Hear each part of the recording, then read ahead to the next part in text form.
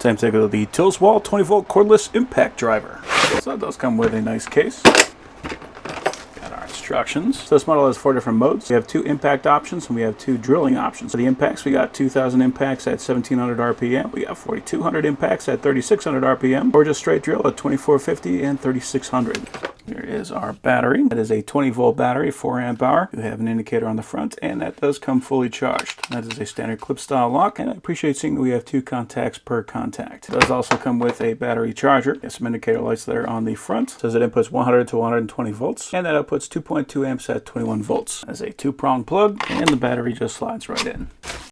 And there is the impact. So it does have a very nice rubber grip right here. We also have rubber here on the bottom, as well as on the back, and a little bit on the front. As a standard pull style chuck, one thing I can see about that appears to be a much thicker chuck than I'm used to seeing on an impact driver. You got our forward and reverse switch right there, and we do have an LED there on the bottom.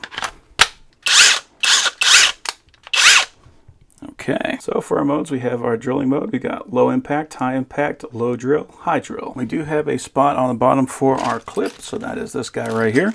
And that comes with the clip as well as a screw. So in the event that you want to be able to hang this guy on your belt, if you got to climb up a ladder or something like that, we do have that as an option. It also came with a bunch of driver bits. So we've got some flatheads, we got shorts and longs. We got 3 Phillips, we got 3 hexes, and on the shorts, we also have a couple of Torx. We also have some nut drivers. These are all metrics. We got a 12, 10, 8, 7, 6, 5, and a 5.5. And these are also magnetic tipped, so what that means is in the event that we need to grab onto something that we would normally not be able to reach our fingers into, so if we need to just push this in and start something, or even if we need to grab something and pull it out and make sure it doesn't fall into our engine bay, that is a very useful style of nut driver. We also have a short extension with a magnet there in the front. We can drop one of those in there and give ourselves a little bit more reach if we need it. But if we want to, we can just throw that guy right into our chuck. It appears that that does lock in even without having to pull the chuck. If we want to release it, we pull that chuck forward and that will pop out. So let's try to drive a couple of screws.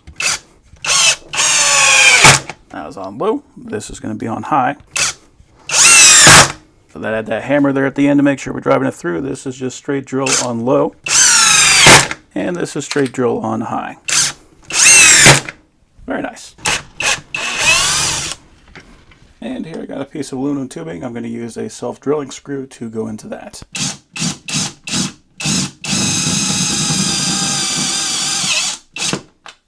There we go.